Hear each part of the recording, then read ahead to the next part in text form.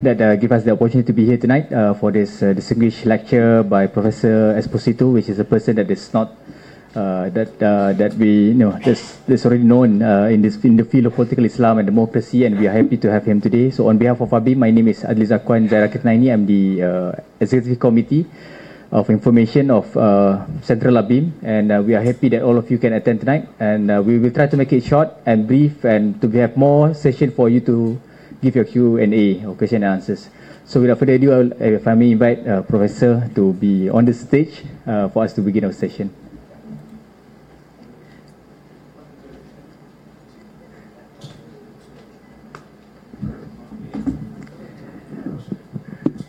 Yeah, so basically the plan today, just before we start, if I may explain the format, is that I will invite Professor to speak about 20 minutes, 30 minutes on the topic of Islam and democracy in the Southeast Asia. And it's quite interesting to see that in ASEAN, or when we talk about Southeast Asia, ASEAN is the body that is regional body that has actually manage the region, and 80% of ASEAN population is either Muslims or Buddhists. So basically this is quite an interesting fact to see how dynamic that we have in this region compared to EU or any other countries, whereby these two major groups of religious groups are actually in a position to, or in the majority of the population of hosts, if looking at the states. So the context is sometimes maybe we can ask Professor Esposito for his view on this, particularly if you look at within this dynamism. There are Rohingya, there are the issue of southern Philippines, southern Thailand, which are Muslims in a Buddhist majority country, and now we have for Islamic majority country we have Malaysia, Indonesia, and how we treating the others. So I guess this is something that interesting to see the growth of democracy as well. So without further ado, I think again, Prof, maybe you can speak. Great. Okay. Would you do me a favor? Take a picture from here. Okay. So shoot them. Yeah. Don't shoot them literally. Okay. My wife always gets upset with me because I never have pictures. Even when I have my iPhone, that I don't bring them back. So this time she's going to get plenty of pictures. For many years, there's been a debate about is Islam compatible with democracy? And for some of us, we've been writing on it for 10, 15 years. And for others, there's been a very strong movement to act as if it's impossible. There's something about Islam. So just some initial observations. Even Samuel Huntington, who did the Clash of Civilizations, had years before talked about the fact that he wondered whether or not Islam was compatible with democracy. The reality of it is that you could say that about every religious tradition, in the sense that historically Hinduism, Buddhism, Islam, Christianity grew up in royal settings where you had kings, feudalism, etc., and the religion accommodated to that context. It spoke to that context. And so the other traditions at various times then made that accommodation. In the case of Catholicism, it wasn't until the mid-20th century. Catholicism was behind Protestants in accepting modernity. In fact, there were what's called a papal bull, a document that was put out condemning modernism intellectually, condemning modernism in terms of democracy, in terms of the idea of freedom of the press, the idea of women's rights. But for some reason, there's always been that sense that Islam is somehow the exception, to the rule. But the fact is, we know now that that's not the case. That belief was so strong, though, that for decades, authoritarian regimes in much of the Muslim world, authoritarian regimes would in fact say to Western powers, you should support us because the alternative to us are people in our society who, in the name of Islam, will want to come to government, and they don't believe in democracy. So they actually were saying that Islamic movements, all of them, somehow didn't believe in democracy, therefore it would lead to the kind of country that would go against the national interest of Western powers in terms of a relationship. All of that has changed. It's people may still raise the question, is Islam compatible with democracy? Some people always will. But the reality of it is, we know empirically that that's not the case. And we knew it before the Arab Spring. We knew that in the 1990s, when governments felt the need to open up the system a little, they didn't open it completely. They actually just cracked the door open so that they could slam it shut when they had to. But when there were enough disturbance in society, they held elections. They may have controlled them a bit, but they held elections. And you won't remember, but in the 1990s, Islamic candidates came into office, in parliaments, even into cabinets, in many countries. In Algeria, in Tunisia, in Jordan. In Jordan, they were actually, in the cabinet, prime minister. In Turkey, almost the impossible. I was on an island at a private meeting of a group of European and American bankers and Arab bankers that get together very quietly every year and look at the world. And I was there to speak about Islam and politics and stuff. But it was when, in Turkey, Erbakan came to power. So this is Erbakan, not Erdogan, came to power. And everybody was stunned. And we had a Greek participant who was almost speechless when somebody turned and said, we just heard the results. Like, how do you feel about that? Okay. But the fact is, you had this sweep. Elections occurred in Malaysia. There were elections in Indonesia. We can think of when Abdurrahman Wahid became president, etc. So that phenomenon was there. And yet, still that question arose. Because generally speaking, the forces of authoritarianism, or the forces that felt that religion should not be part of politics, endured. What the Arab Spring did was add another layer of proof, from my point of view. And it did that at a time when there was a great concern about Al-Qaeda and the popularity of bin Laden. And so the real question was, would youth in particular move that way? And as many may know, in many parts of the Muslim world, you had these popular, T-shirts with bin Laden on iPhone. Even people who weren't really supporting him. It was the in thing to have as your, what do you call it, the background picture, on the cell phone. I remember I was with a Muslim professor, a woman who was also involved in the Islamic movement, and she was sort of laughing and showing me what the university students had. But the image for some was that level of popularity would translate so that a younger generation would become really strong backers, and that then would destabilize countries. The fact is, when the Arab Spring occurred in Tunisia and then Egypt, none of that happened. It was a very diverse movement, and indeed, initially, it did not include the Islamic movements. Formally, the Muslim Brotherhood stood back. Some of its younger members got involved. In Tunisia, of course, the movement had been suppressed. Ghanouchi was in London.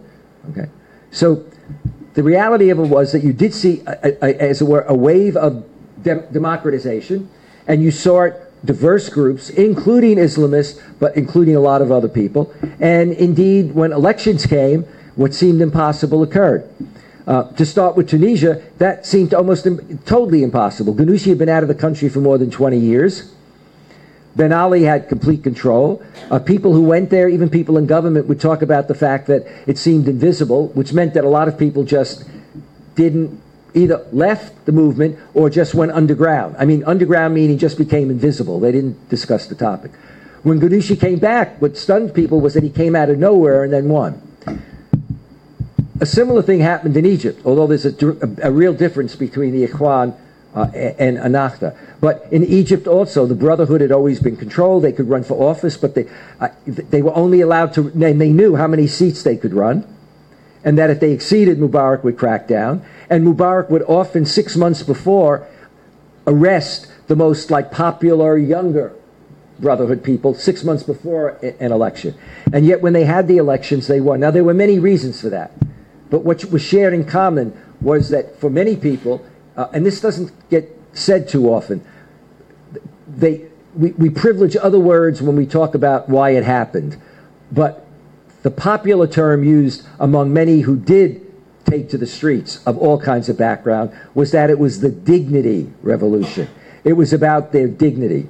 And dignity meant a sense of freedom, a sense of good governance and an ability to have input on the government, to have some form of elections, to have freedoms, to have a sense of, if you will, political equality and civil liberties. Now, we confirmed that, by we, I mean the Gallup organization that I was associated with its world poll. They did a world poll for like 5 years in a row, and they did most of the countries in the world. I forget how many, 190, 200. And the basic poll was how to get a sense of people. How do you feel about your life, the government that you have, the economy, how do you view religion? But they had special questions for the Muslim countries, and some 35 to 40 countries, therefore, consistently reported back. And in a book called Who Speaks for Islam? What a Billion Muslims Think, we then documented the conclusions, which are relevant to what we're talking about today. Because when people were asked, is there anything you admire about the West? And you'll remember that President Bush and others had said they hate us for who we are, our democracy, our human rights.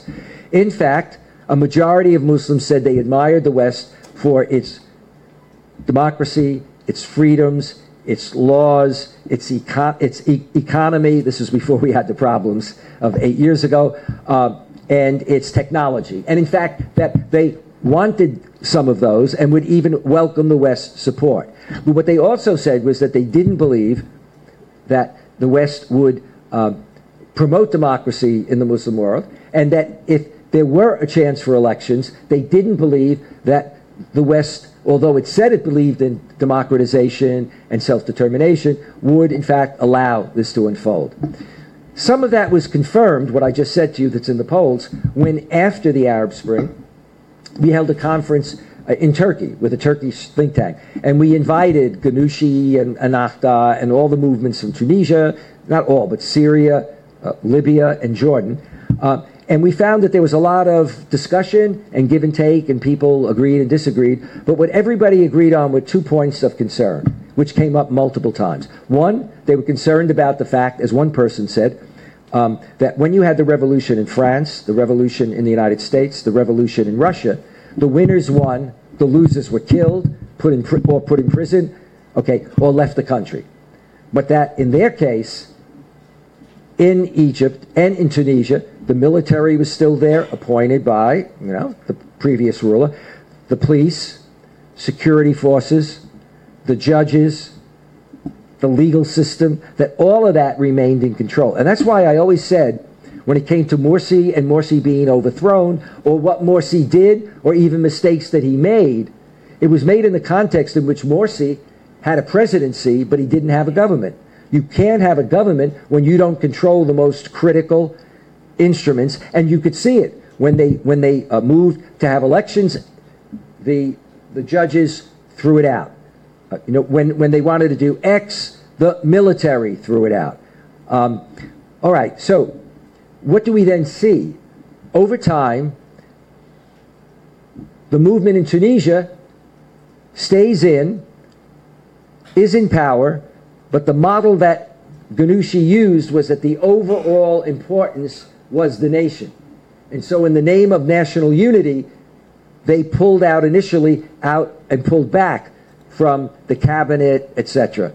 And when the elections were coming, and many felt that the secularists who had rejected the movement, not all the secularists, but the ones that had rejected, should not be allowed to run for office, it was Ghanouchi himself that traveled throughout the country and allowed his followers to vote, but wanted to allow them to vote against that. I know that specifically also because the night that he came back, I was at his house for dinner and we talked about it. And I remember, like a lot of members of his movement, thinking that it was too soon to allow groups that had been, many of them allied with Ben Ali, were rabid secularists, and especially the group that did not at all take the invitation to come into the government, to let them run because they could be a problem. And sure enough, they lost. But since that time, Ennahda has bounced back, made itself more sophisticated as a political party, so one can say that that's one model that's looking pretty good. The Egyptian model, sadly, was completely pushed out with the coup.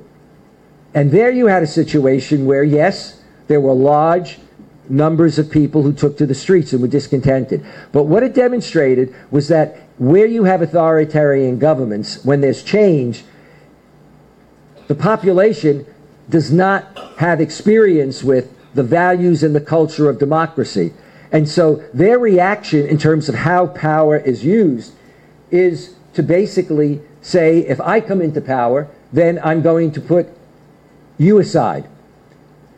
And what happened in Egypt then, therefore, were the people who were upset led massive demonstrations, but many of the people that led them should have really known better and said, we have elections coming up soon, we'll go to the polls, rather than saying, you know, let's bring them down. Now, where did religion come in on this?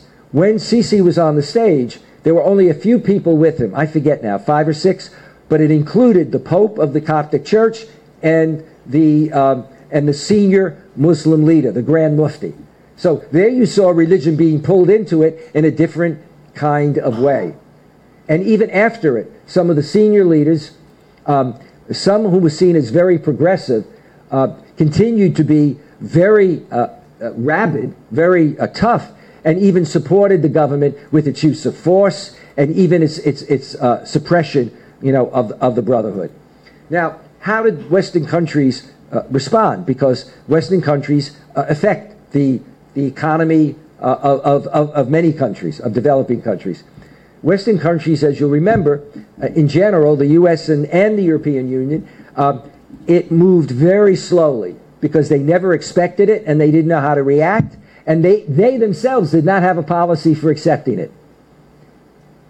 And you could see an even early example of this. Under the first President Bush, you had had elections in Algeria. Before the elections, the Assistant Secretary of State had made a public speech saying that the United States would recognize any group that came to power in Algeria, including Islamists or secularists, if they were not people who believed, you know, one man, one vote, one time.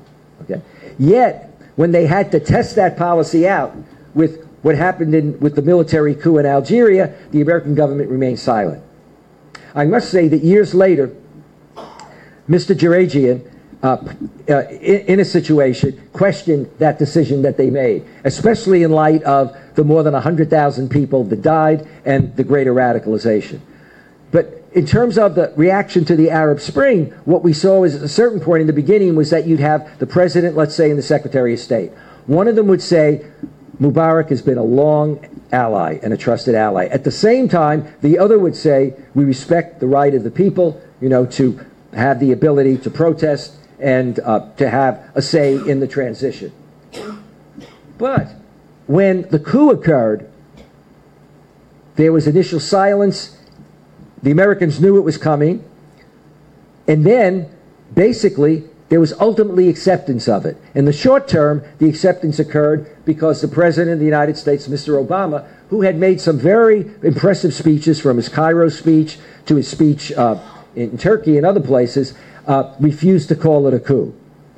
But you could see that this was now being plugged into the old approach to politics, because the reason why he did not call it a coup, if he had called it a coup, the American Congress would have automatically, given the regulations, had to not only withdraw any aid to Egypt, but it would withdraw it in the near term forever. That is, it would have to go back and revisit that whole issue and get a whole new discussion and vote to bring that, you know, back in. Okay, the European Union did go and meet with some of the Islamists, or you know, and talk about their issue, but ultimately, both within months, it returned to business as usual. You know, some caution, but by and large, it became business as usual. There was no real strong holdout.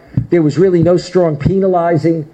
You know, it's one thing to be a little careful and to draw some lines. It's another thing to say, okay, we have to deal with you, but A, we're going to back off, you know, what we've supported you with, etc. And what happened then also, which is important in terms of the future and in terms of the dynamics here, depending on how the dynamics of Malaysia and Indonesia go, was that the tendency was to go back to the old idea that security, that stability comes through security. So it's the securitization of the state. The big thing then and now, for a couple of years now, is what they call CVE, combating violent extremism. I'm very bad with acronyms. In America, we have CVS, that's a drugstore. And I'd actually have programs and people would say, well, what do you think about CVE? And I think I'm supposed to know this stuff. Now, if they told me a little bit as a lead, now I got CVE down cold. But I remember an ambassador at the,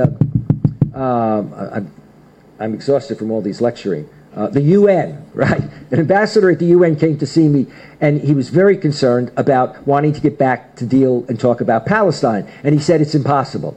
He said at the UN, and indeed in all the global politics he was involved in, combating violent extremism was the number one, okay? And you know that President Trump, although he said Islam hates us and had a problem with religion, when he went to Saudi Arabia, basically said, we can cooperate on combating violent extremism and doing business, big business, okay? So the net result then is that, if you will, Western governments proved exactly what people in the Gallup poll were concerned about, that at the end of the day, although they advocated, they wouldn't move forward. And the other thing they said in the poll, too, was what they resented was that they felt that Islam, Muslims, Arabs were not respected, that their life was seen as cheaper, in effect, than the lives of others. And, of course, that was true in the sense that if you looked at the invasion of Iraq and its occupation, while we, quite rightly, Americans and Brits, knew every one of our people who was killed in it or wounded, we never kept statistics. And some of the defensive arguments were it was very difficult, etc. But in fact, when you'd have outside statistics put forward, you would then have Donald Rumsfeld, who was the Secretary of Defense, say, those statistics are wrong. And of course, how can you know they're wrong or say they're exaggerated if you can't give alternative statistics? Now, what we do argue in our book about the future of Islam and democracy after is that there is a future, but it's a long timetable, but there is a future. Our basic argument at the end of the book is to say, as it were, the genie's been let out of the bottle. It may take a long time, but not only have you had people who have wanted to see change, but who felt that it wouldn't come. If you were in Egypt, in Libya, in Tunisia, and you were young, the only president you knew and the only political system in terms of human rights or no human rights, etc., was for 30, 35 years, this one system and these people. But what Tunisia and Egypt showed to people is, my God, we actually could change a government. Because remember, the people that went into the square basically believed not that they were going to bring the government down. They went to express their outrage, and they wanted to get it out there and to get it out publicly, but they didn't expect that they'd actually be able to topple the government. So that example is there. Now, what about Southeast Asia? Southeast Asia is a very mixed bag. I mean, you can start with the most recent and egregious example, which is talking about what's going on in Myanmar or Burma. In terms of you have a Nobel-winning person who for years suffers to everybody believed to come and to democratize in some way or another, and then with regard to the Rohingya, etc., what's going on. But a little bit closer in terms of to home, in terms of countries where there are significant Muslims, you look at the Philippines now. Where is that democratization? And remember that, don't remember, a group called Freedom House, which looks at democracy, gave a report and said, as of 2017, democracy is receding in 71 countries, okay? Significantly receding, and that the situation looks as worse than it's been for decades. But they also talked about the Trump administration, and it's relevant to Trump's perception of the Philippines. He basically has congratulated, been positive about the leader in the Philippines, and implicitly supporting that. Verbally, with regard to China, he praised the fact that the Chinese leader declared himself ruler for life. He has not appointed the Assistant Secretary for Democracy and Human Rights. He's not filled that position. So it's not on his radar. So now we look at Malaysia and Indonesia. Indonesia is it's difficult to generalize about Indonesia because, from my point of view, you could argue that Indonesia is really one big lots of countries. I mean, like, all these very separate areas, separate languages at times, really separate cultures and interests. But if you look at Indonesia, you do see a kind of democratization in a halting way process, moving forward, even in the way in which the military stepped down, but also in the way in which different people came to power. As you know, Wahid was not elected by a popular vote, but he came to power in a certain way, and then he left. And he was a good friend of mine, some of my other friends said, when he left, you needed people holding his elbows to kind of guide him out. And with Ben Ali, by the way, I was told that with Ben Ali, they actually, I think it was the military or someone, supposedly, put a kind of drug in something that he drank so that when they brought him up on the plane, he could not quite resist. But anyway, getting back to Indonesia, one can look and see that there has been a movement towards democratization, that the system, although haltingly, has had elections that generally seen as not a problem. But some other countries, in this area, present a far more complex picture. A picture in which, whereas during the time, let's say, at least some would say that during the time of Mahathir and Anwar, one saw a kind of movement, a very progressive movement that was both accepted a kind of political pluralism and religious pluralism, and moving towards a more democratized situation. I can remember a situation, and people were worried about whether or not that was true, particularly the non-Muslims. And I know when Anwar was a minister of education, I went to a place where teachers have courses, etc., and I spoke. And it was very well received what I said, but then people came to me privately and were kind of asking, and not in a negative way, but they were sort of saying, is what we're seeing and what you're saying really the real thing? Or is it really, at the end of the day, still a politician saying what a politician might say? I think that Anwar demonstrated that was not the case in the way that he handled the rest of his life, in terms of the choices that he made and has made. And so I think that for outsiders, when they look at Malaysia today, or at least groups of outsiders that are concerned with democratization, there would be a sense on the part of outfits like Freedom House, but also certainly, if you will, experts and scholars, individuals, that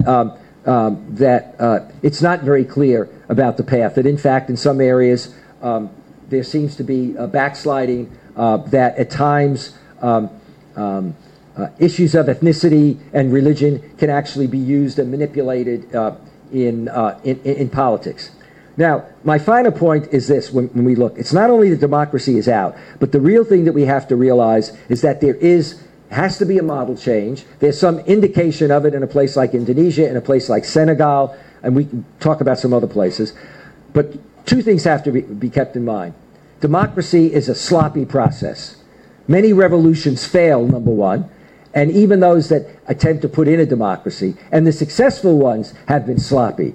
In the United States, we had a very sloppy revolution, and after winning, years later we had a civil war which was far bloodier and far more people died, many years later, showing that in fact it hadn't gotten the traction. It was going to be a process of trial and error.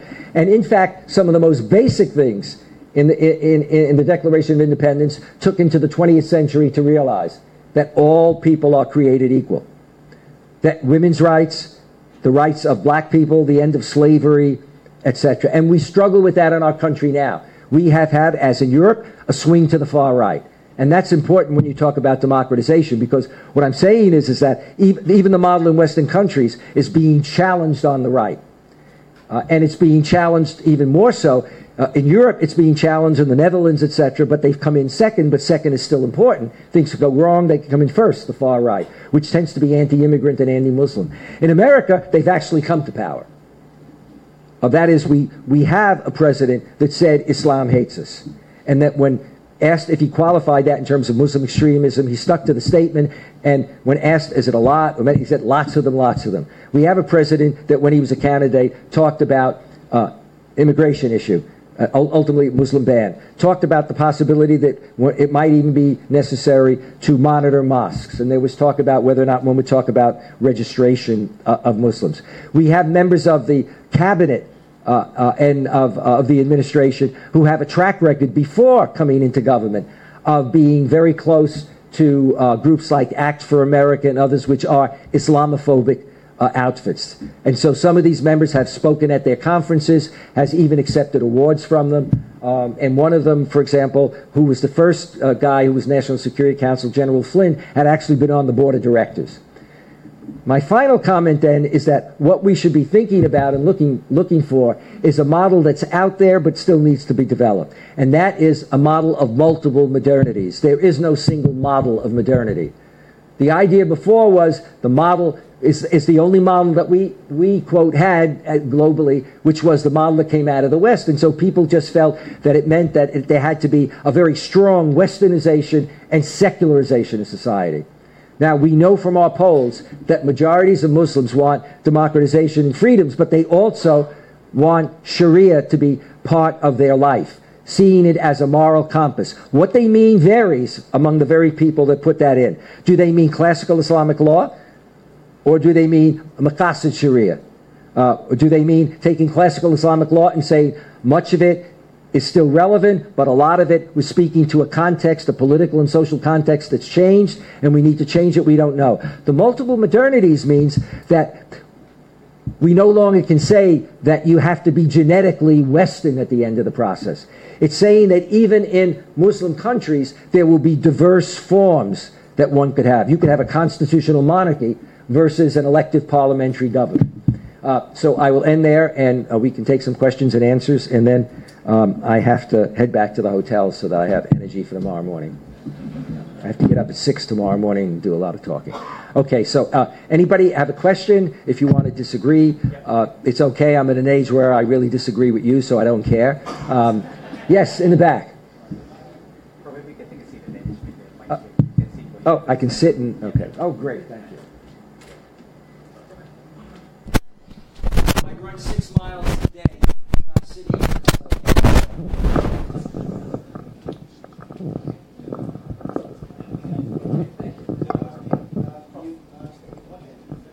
You take the mic in there. Okay, I just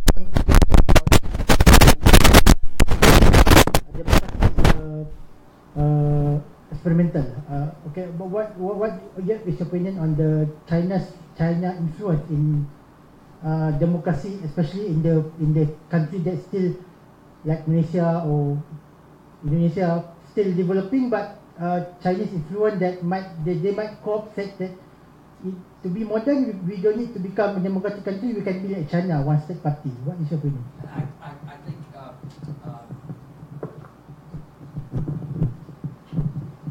for those of you that have been in Western context, I will just use 2 initials. I think it's BS. But now to talk more intellectually about it, I think that that's just a game that gets played. I mean, the fact is, for example, if you look at the Chinese example, one can say, oh, we're going to have a really good model, okay? But it doesn't really have to be democracy. Well, then let's look at the model.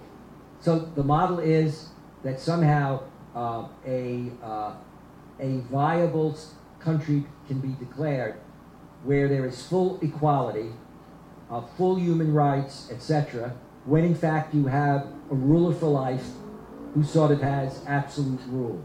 It doesn't exist.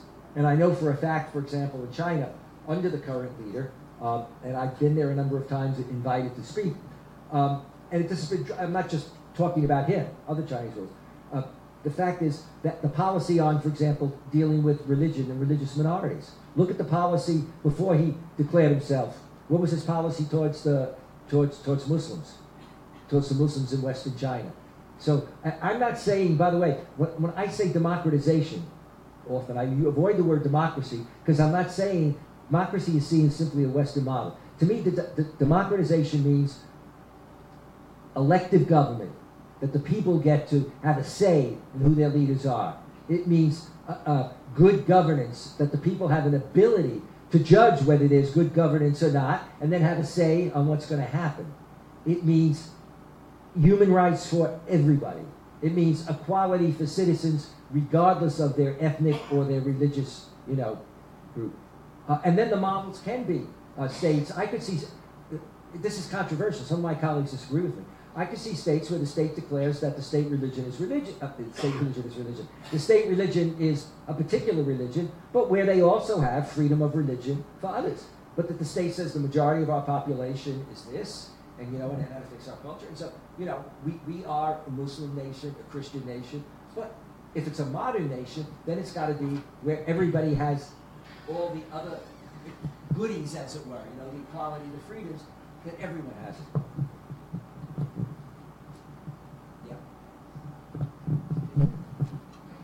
Maybe for those questions we can queue and then just go through with 3 questions and then Professor can answer all those 3 questions and then go to the next round.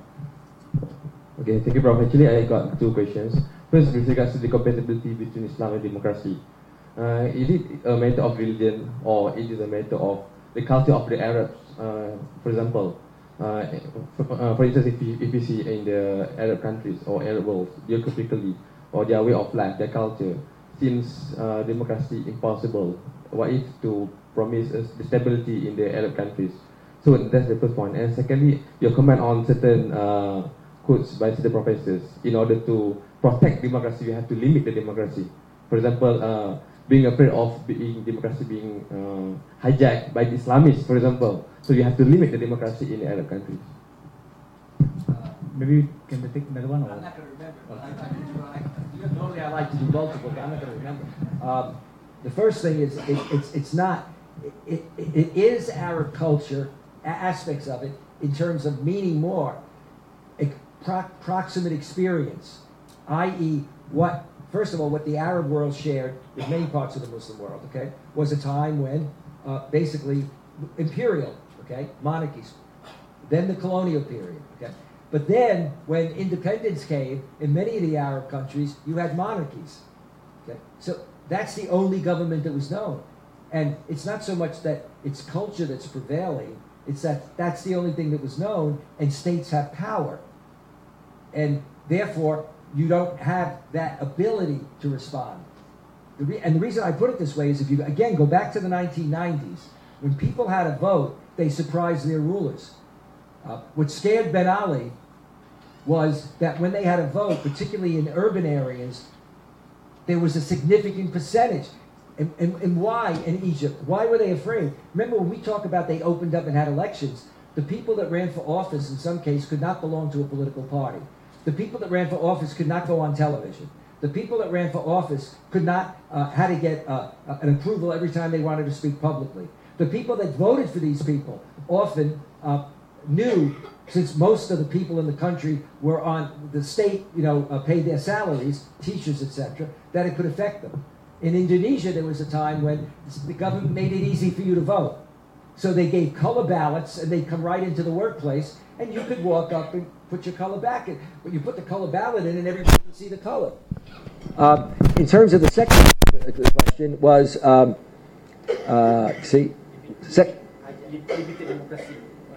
oh, yeah. I mean, it's like saying limited democracy will have limited human freedoms, will have limited religious pluralism.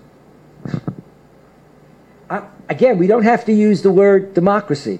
To have good governance in a modern society, it means that people have to be free and have choices. Now, you can have other kinds of regulations, but it does mean equality of all citizens. Okay? It means the accountability of government. If you have a limited democracy, what some governments say, including in this part of the world and others, is, oh, we're democratic, but they set it up in such a way that you've got an awful lot of limitations that actually prevent, things going the wrong way for them. And that's the real difficulty. And it's kind of arrogant, too, when some of them say it. Because what they're really saying is our people can't be trusted. And people get to believe it. I was with a family that I was somewhat close to in the Gulf. And it was before the Arab Spring, but there were, problems in Egypt. And it was a member of the royal family, a really, really wonderful woman, well-educated, and with a straight face, because she dealt at the elite level, and the elite level dealt with the other elites, so, like the Mubarak, etc. She sort of said to me, what could happen? Is there anybody in Egypt that could come to lead Egypt other than Mubarak? So you have all these people who've gotten excellent educations in their own country, outside, etc. But it was as if, then what's the quality of a great leader? I mean, it's inconceivable. Yeah, next question. Prof, I just wanted to get a little bit more further explanation to your last part of your presentation.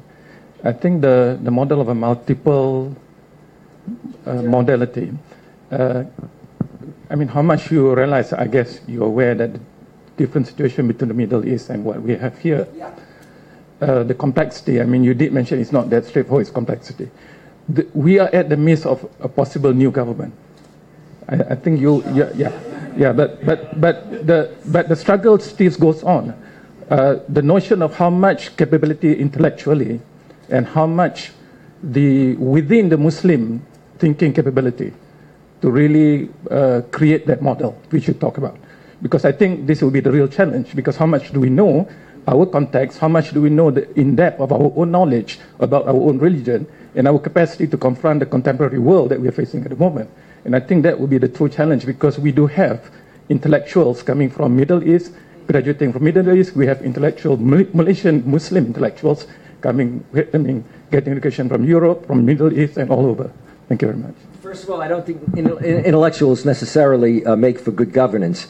But I would say I disagree with your argument. I would say theoretically what you said, I know you didn't say intellectuals, but everything else you said theoretically is true, and is true if you say you're going to allow this to be a process. In other words, there is no way. If you look at American history, the majority of the people who did, at least a good majority, probably a majority, did the Declaration of Independence, we were not to be the kind of country we are. We were to be a republic, a much more limited. And some of the people that signed did not trust the population.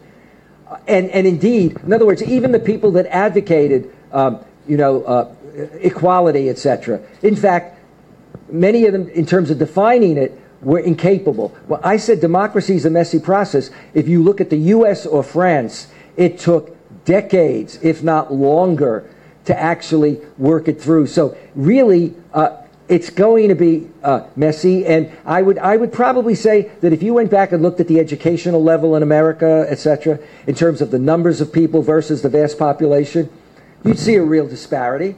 And at the end of the day, education doesn't necessarily, make for, successful people. The example I always use is that, when we had the cigarette industry, right? They'd have a PhD that would say, it's safe to smoke. They'd have another PhD that said, it'll kill you.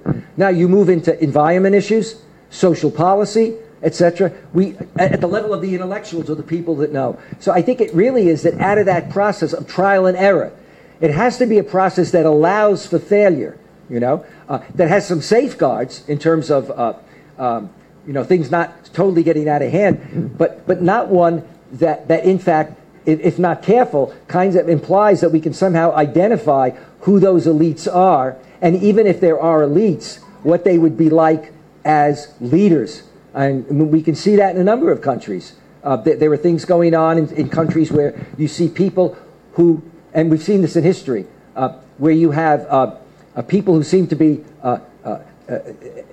acknowledge, a more open system, but then you get into that statement power corrupts, absolute power corrupts absolutely. And how often have we seen charismatic political leaders who, my God, 10, 15 years later, it's a different story because they're great, they deliver the goods, and then when they get disagreement, it's like, are you kidding? I mean, at a human level, I built a center from nothing, a new center. I brought in an endowment of $20 million. I brought in other money, and then if in the middle of it, there was a move to replace me, my temperament might have been at that point, what a bunch of ingrates, I brought Fulan into the government, You know, Fulan prospered because of me. Why? Let alone when you're a political leader. And I think we have enough examples of that.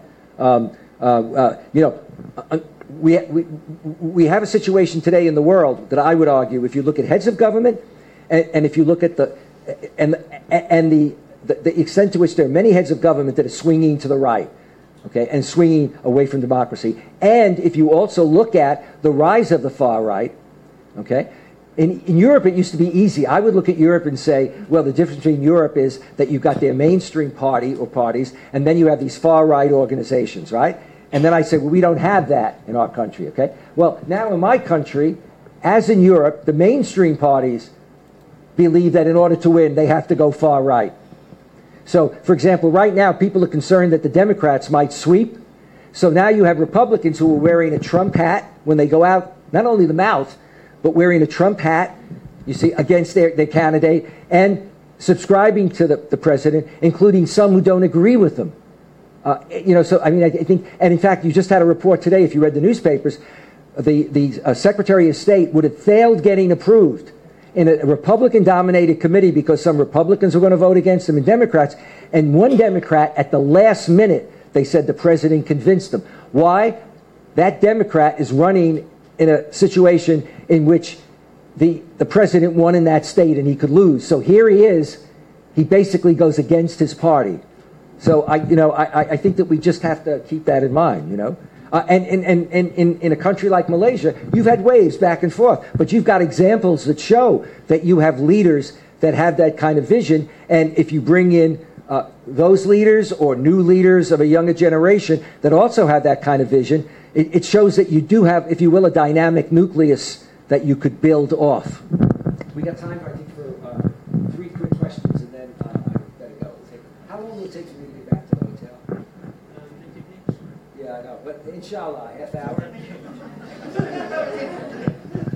Yeah, Prof. Just because I'm the moderator, so I'll just ask one question, and the other two can be the others.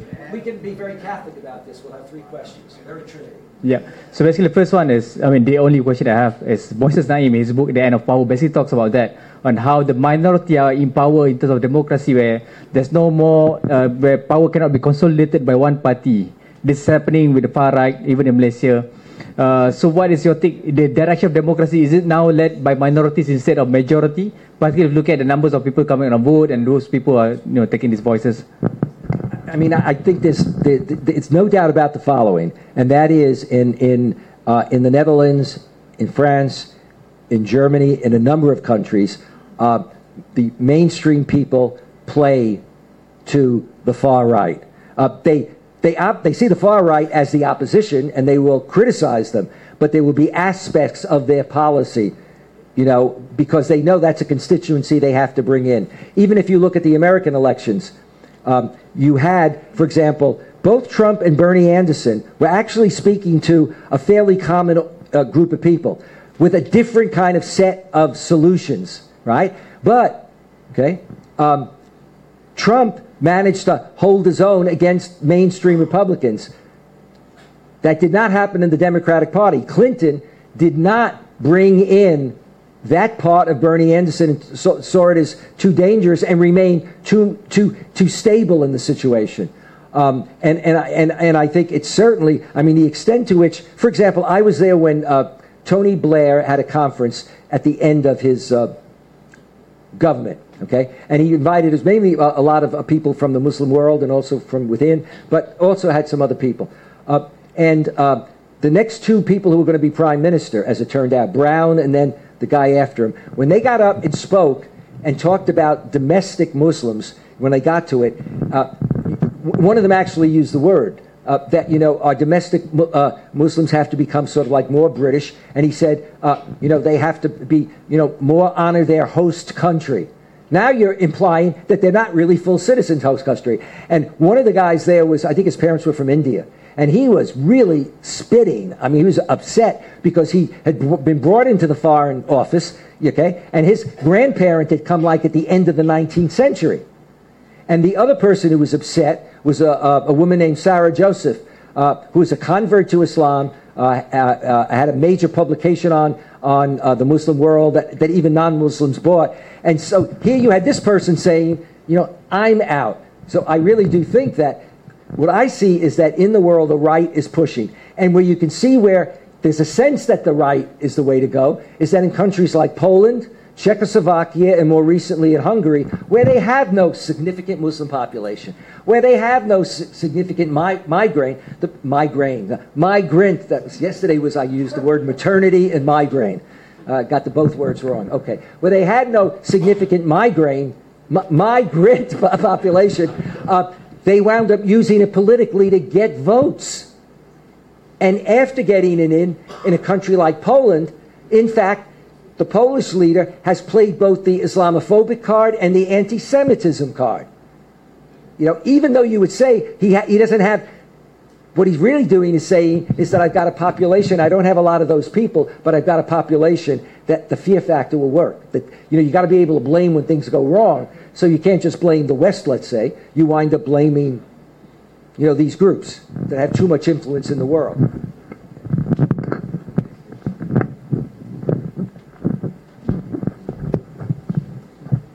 Given that Indonesia has had a very long period of much more authoritarian governance, more than 30 years under Soeharto, but they seem to have progressed by leaps and bounds with their KPK, Komite Pemberantasan Korupsi.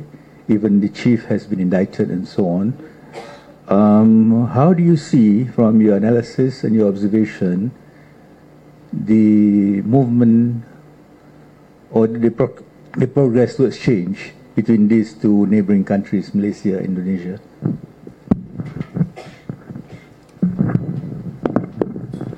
I mean, I think two things. I think a lot depends on the leadership here as well as the leadership there. By leadership, I mean also the sectors of those sectors of government or society that have influence, you know, like the military. A lot's going to be there. Also, I mean, I must say that on the Indonesian side, well, I can't speak. I'm not an expert on the military, etc. I can say that my experience with Indonesia is that it is such a big country that, in fact, it is very much. It doesn't really look outside. It doesn't feel a need to be sort of thinking all that much about the other countries in Southeast Asia, other than from a policy point of view, but not like that there's a competition, you know. And one of the ways in which you sort of see it, and this is only an analogous situation, but what I always found amazing about Indonesia was that there wasn't more contact and crossover, you know, because I'd be talking to people in Indonesia, and there was an extent at which they weren't aware of things here, of certain people and certain events, other than what they might see in a newspaper. But and that a lot of their people, if they went any place, professionals to conferences and stuff, it wasn't sort of coming here; it was going, you know, someplace else. And also,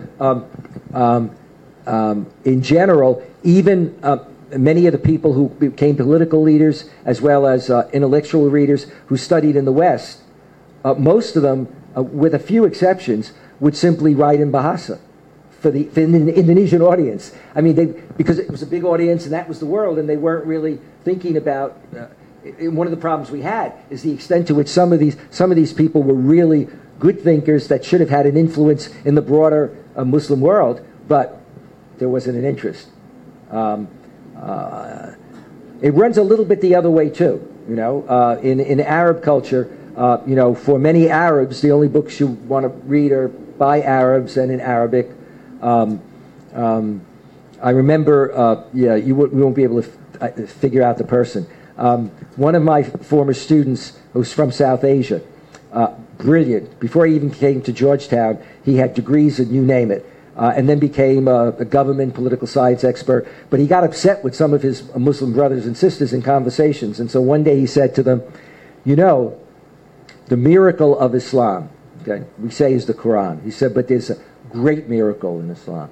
The great miracle in Islam is that God revealed the Quran to the Arabs and Islam somehow survived. Because he was dealing with their notion that Arabism, to be a Muslim, and the best language is Arabic, and you really have to have it, and we understand things better. And I've seen that actually with some students. You have students who they'll say they're Muslim, Islam's important, etc. Not all, but some of them from the ABIM, and they feel absolutely no need to take any courses. It's like there's nothing for them to learn. Learn about it. They know what they feel they know. So, I wouldn't. That's it. Or a last question. Anybody have a last question? Going once, going twice.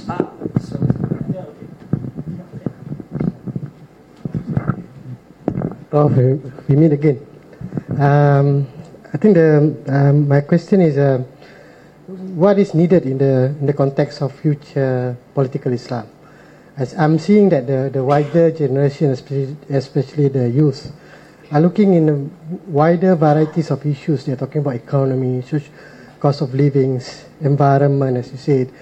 But there seems to be a tendency that most of these Islamic political leaders, looking at Indonesia, Malaysia, they have this tendency of focusing on this Sharia activisms, fiqh activism, and does this provide that kind of gap and push the younger generation away from the interest into political Islam? I think here again, I think that really the forces of where we are in terms of levels of awareness and people's desires, because they see a more open world in possibilities. And the fact that you also have an incredible youth bubble, which means that when it comes to voting, younger people have more to say, but it also means that when younger people have, some of them have more of an experience than we of new things and new ideas than we who are older and have certain models that we're comfortable with and not others. I think the future of Islam, of political Islam, will only be a future if there's change. People know, for example, in the Muslim Brotherhood, there are all kinds of currents of disagreement and change now. And a lot of it's from youth. Even before the revolution, a lot of them left, who really wanted to be in the Brotherhood, but they couldn't take what was in fact a semi-authoritarian structure. But now it's more, if some of the Islamist parties want to continue, they're going to have to compete for followers. The older generation is going to be moving on, and the group of followers that they are now going to have to reach out to are not the same as the group of followers of 20 or 30 years ago. And that's really the difference. And also, the scene has changed. That often for many countries, even if they still have authoritarian rulers, especially for the younger people, for those who are older, we're positioned and we can kind of ride it out. We've got our life and our lifestyle. For younger people, they realize that they've got a stake in the game. And if things don't develop in a certain way, they're not going to have, as they move forward, the opportunities that they have. And therefore, their choice would be to get out of the country as opposed to being able to stay in the country. So I think the pressures are on Islamist movements to continue. The ones that have prospered or done fairly well and attract people are those that show they can demonstrate their relevance to their followers. And today, I think what many followers will want, especially many followers of a younger generation and even a little generation older than that, are going to be things that the older generation knew were not on the table, were not possible. Anyway, thank you all for coming. Yeah, again, give a clap of hands to Professor L.Esposito, and then we thank you for this. Yes, tonight is really important because I just informed Professor that we are here at Kolej Darul Hikmah. It's actually one of the higher education institute that is under or basically part of ABIM movement or agency. So before we end, we also have some students from this university. This college is our own, and if you don't mind, maybe we can have everyone to be on the stage and to take a photo session with you, and then before we leave. So thank you so